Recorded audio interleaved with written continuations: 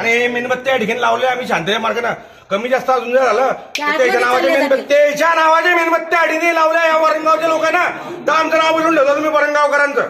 मेणबत्त्या त्याच्या नावाच्या लावू आम्ही पुढे. कोणाच्या नावाच्या एमएससीबीच्या अधिकाऱ्याच्या नावाच्या मेणबत्त्या लागतील वरणगावमध्ये. हा शांततेच्या मार्गाने केलेला या ठिकाणी मार्च आहे.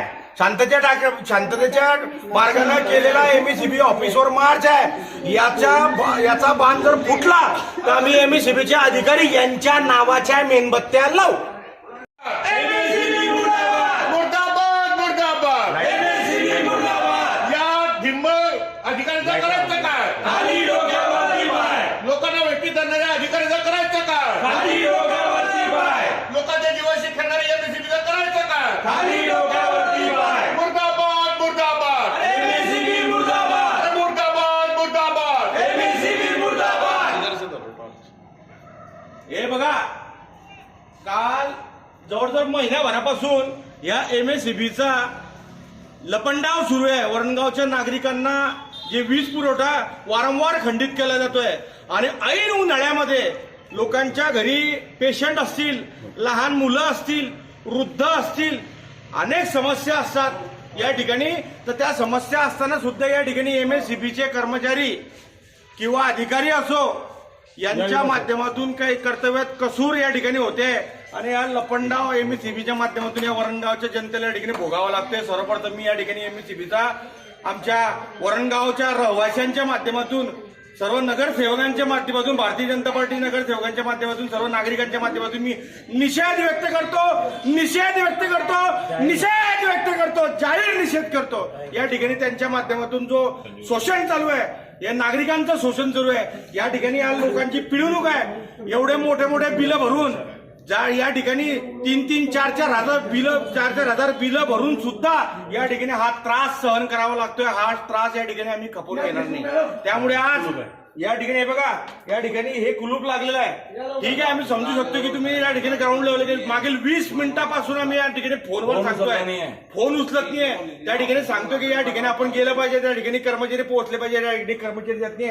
याच्यापेक्षा मोठी शोकांतिका या वरणगावला कुठे असू शकत नाही. त्यामुळे या ठिकाणी नागरिक जे अधिकारी आहे, एमएससीबीचे कर्मचारी आहे, त्यांनी या ठिकाणी शांत बसले असले तर आमच्या सफराचा बाण या ठिकाणी फुटणार आहे. आम्ही या ठिकाणी शांत बसणार नाही. लक्षात ठेवा, याच्या पुढे जर त्रास जर झाला या ठिकाणी तर आम्ही या ठिकाणी स्वस्थ बसणार नाही.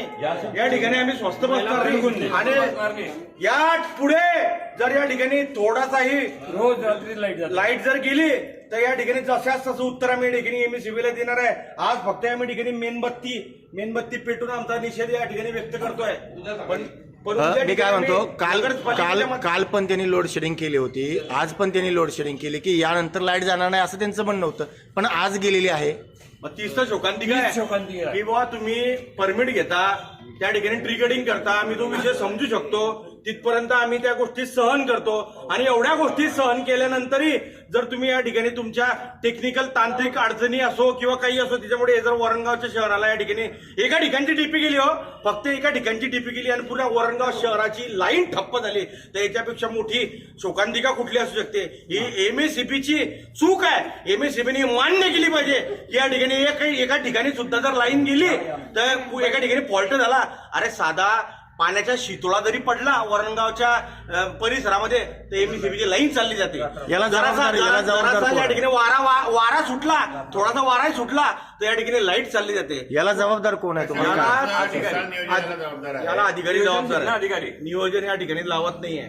तुम्ही कर्मचारी वाढवलं पाहिजे. तुम्ही पैसे घेतात लोकांकडून, 5-5, 6-6 युनिटप्रमाणे लोकांकडून पैसे वसूल केले जातात.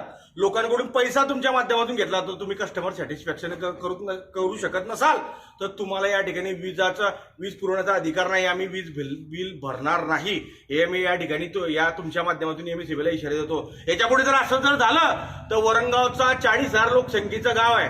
या 40,000 लोकसंख्येच्या गावामध्ये जवळजवळ 4 ते 5 हजार कस्टमर आहे एमएससीबीचे. त्या कुठलाही कस्टमर या ठिकाणी वीज भरणार नाही. याच्यापुढे असा त्रास जर झाला, हे बघा त्रासलेला आहे. इथून महिला भगिनी आलेल्या आहे. रात्रभर मुलांना जागावं लागतं. परीक्षेचा टाइम आहे, मुलं रात्रभर जागी राहतात आणि त्या मुलांचा अभ्यास होत नाही. वर्गात गेल्यावरती ते डुलक्या देऊन राहिला अक्षरशः वर्गामध्ये. इतकी खराब कंडिशन आहे. आज 4 दिवस झाले लाईटीचा हाच प्रॉब्लेम चालू आहे. रोज रात्री 8 वाजले की काय डिओ गेला, रात्री 8 वाजले की तार तुटला. तार आताच कशा तुटून राहिलाय, परीक्षेच्या टायमातच कशा काय तुटून राहिलाय? या अधिकाऱ्यावर काय केलं पाहिजे, या अधिकाऱ्यांना कसा चाप बसेल, तुम्हाला काय वाटतं नेमकं? अधिकाऱ्यांनी नियोजन करायला पाहिजे. रात्रीच्या टायमाला 2च कर्मचारी असतात, 2 कर्मचारी. अहो अक्षरशः एक दिवस आमच्या पोलीस कर्मचाऱ्यांनी त्यांना मदत केली आणि तार जोडले. आमच्या पोलीस कर्मचाऱ्यांना MSCBचं सुद्धा काम करावं लागलं. अजून काय करायचं? रात्रीच्या टायमाला तरी सर्व कर्मचाऱ्यांनी हजर राहायला पाहिजे. अशी वेळ आली तर सर्व कर्मचारी हजर राहायला पाहिजे, अधिकाऱ्यांनी हजर राहायला पाहिजे. आणि असं जर वारंवार घडत राहील तर तुमची काय मागणी असेल, काय करायला पाहिजे अशा अधिकाऱ्याला? आमच्या राज्यात आमची सरकार आहे, भारतीय जनता पार्टीची युतीची सरकार आहे. आम्ही एक जबाबदार व्यक्ती या ठिकाणी आहे. आम्ही नगरसेवक पण आहे, या ठिकाणी राजकारणी बी आहे, पदाधिकारी पण आहे. पण या ठिकाणी जर कर्मचाऱ्याच्या माध्यमातून जर कर्तृत्वात सुरू होत असेल तर आम्ही ते खपवून घेणार नाही. या ठिकाणी सरळ सरळ असं निदर्शनात येते आहे की या ठिकाणी अधिकारी, सर्वप्रथम तर मी या ठिकाणी या अधिकाऱ्यांना या ठिकाणी विनंती करतो की तुम्ही औरंगाबाद येऊन राहा.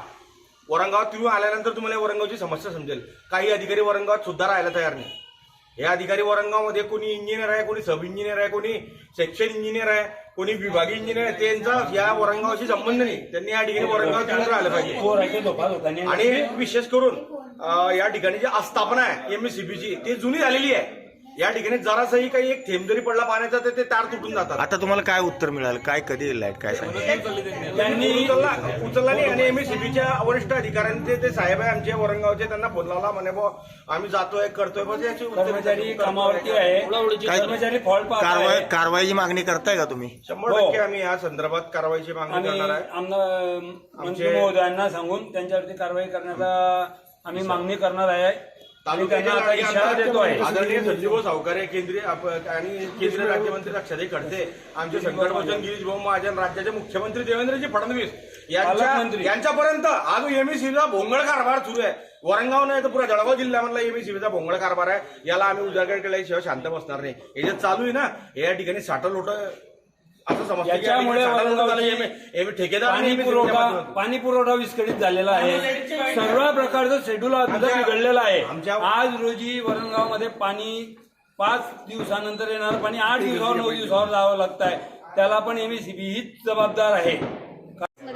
ताई काय घडलं? तुम्ही आज ऑफिसला भेट दिली होती, काय सांगितलं तुम्हाला? खालीच माझं पार्लर आहे इथे, तर लाईट गेली, माझं काम बंद होतं. मग मी इथे वर येऊन चेक केलं, ऑफिसमध्ये फक्त कडी लावलेली होती. बाजूच्या ऑफिसमध्ये 2 कर्मचारी होते. त्यांना मी विचारलं की लाईट केव्हा येणार आहे, तर त्यांनी सांगितलं माहित नाही. बाजूने विचारा, बाजूने आलं तिथे कडी लावलेली होती. मग इथे यांचे कर्मचारी पण हजर नाही, त्यांना लाईट कधी जाते कधी येते हे पण माहित नाही. म्हणजे ड्युट्या करतात की झोपा काढतात. बिझनेसवाल्यांनी काय करायचं? आणि हा विषय कोणत्या पक्षाचा नाही की काय नाही, सामान्य जनतेचा आहे. त्रास हा सर्व जनतेने लावतो. माझं एकच म्हणणं आहे की जर यांनी लवकरात लवकर या लाईटचा काही बंदोबस्त नाही केला तर वरणगावमधल्या सर्व महिला पुरुष सर्व पक्षाचे लोक जिथे त्रास होतो तिथे पक्ष सोडून सामान्य जनता ही रस्त्यावर येईल. आणि MSCB काय उत्तर द्यायचं ते त्यांनी ठरवून घ्यायचं. कारण ह्या लाईट पासून एवढे त्रस्त लोक आहे की त्या असं म्हणजे शब्दात सांगता येत नाही. दिवसभर काम बंद असतात, रात्री झोपा होत नाही. आणि सीझनचा टाइम आहे सगळ्यांचा. टेलर ताई सोबत आहे, त्यांनाही कपडे शिवायचे असतात. माझं पार्लर तेही, बाकी जनता आहे, दुसरे व्यापारी वर्ग आहे. आणि MSCB वाल्यांकडे उत्तरच नसते. त्यांना फोन करा, फोन उचलत नाही, कडी बंद करून बाहेर असतात. आणि आम्ही फॉल्ट काढतो. असं काय 12 महिन्यापासून फॉल्टच काढताय का? करतात काय? आणि एवढं मोठं वरणगाव आहे का की त्यांना फॉल्ट सापडत नाही? मग हे काम खूप चुकीचे करताय. आणि त्यांना उत्तर द्यायची पद्धत नाहीये. त्यांना उत्तर मागितलं तर सरळ एकच असते की कर्मचारी बाहेर गेलेले आहेत, असं झालेलं आहे, फोन उचलत नाहीये. मग एवढं मोठं ऑफिस आहे इथे, ते करता काय? झोपा काढतायत का? सगळ्यांनी ठाम डिसिजन घ्यायला पाहिजे याच्यावर. आणि वरिष्ठापर्यंत याची तक्रार गेलीच पाहिजे. मुलांचे पेपर ते पण आणि सगळ्या दादांनी सांगितलंच की मुलांचे पेपर वगैरे पण सुरू आहे. जेव्हा दिवाळी दसरा असतो तेव्हा लाईट बंद असते, सीझनचा टाइम असतो तेव्हा लाईट बंद असते, गरमीचे दिवस आले तर लाईट बंद असते. मग हे बाकीच्या दिवशी लाईटचा फायदाच काय वापरून? तरी अर्ध्या लोकांकडून युनिट दर आपला सगळ्यात जास्त महाराष्ट्राचा आहे. 7 रुपये प्रमाणे युनिट दर घेतात. कशासाठी घेतात एवढा? एकेकाचं बिल 4-4 ते 5-5 हजार रुपये येते. बिल कमी करायचं असलं तर त्याचं पण लक्ष देत नाही. आणि दुसरी गोष्ट म्हणजे तुम्ही जर बिल नाही भरलं तर तुमचं मीटर कट होते, भरायसाठी 350 रुपयाची पावती घेतात. त्याच्यानंतर परत 1500 रुपये तुम्हाला त्याचा चार्ज भरावा लागतो. हेच 1500 रुपये कुठे जातात?